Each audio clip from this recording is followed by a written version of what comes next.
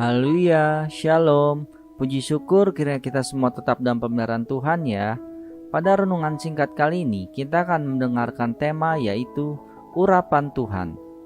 Untuk renungan singkat kita kali ini kita bisa membaca dalam kitab Yesaya pasal 10 ayat 20-27a.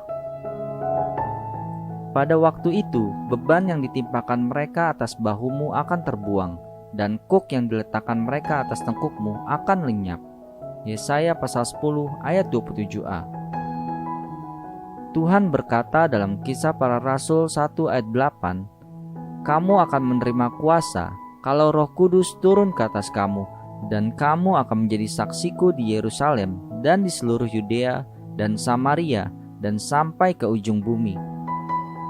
Setiap anak Tuhan harus memiliki kerinduan untuk dipenuhi Roh Kudus.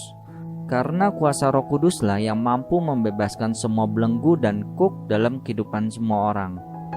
Bersama dengan Roh Kudus, kita dimampukan melakukan pekerjaan-pekerjaan besarnya di atas bumi ini.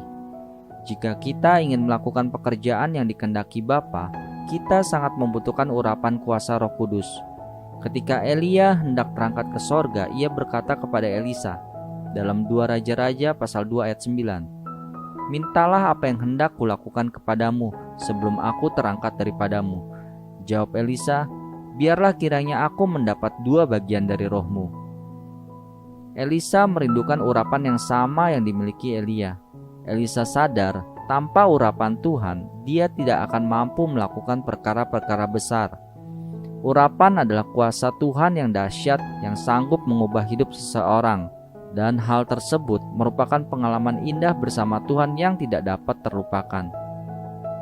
Mari belajar dari Tuhan yang penuh urapan dari sorga, sehingga di setiap pelayanannya, Dia selalu melakukan perbuatan-perbuatan heran dan ajaib.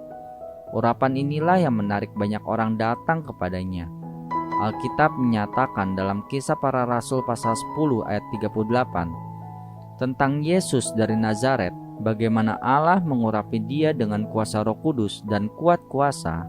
Dia yang berjalan berkeliling sambil berbuat baik dan menyembuhkan semua orang yang dikuasai iblis, sebab Allah menyertai dia. Tuhan Yesus dipenuhi oleh urapan surgawi karena ia selalu bersekutu dengan Bapa. Kita pun dapat mengalami urapan kuasa Tuhan asalkan kita senantiasa berdoa dan bersekutu dengan Tuhan. Kita tidak boleh lupa juga kalau urapan dari Tuhan dapat lenyap bila kita jarang bersekutu dengan si pemberi urapan tersebut.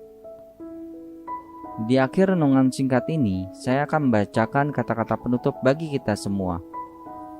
Rasul Paulus mengingatkan dalam Efesus pasal 6 ayat 18b, "Berdoalah setiap waktu di dalam roh."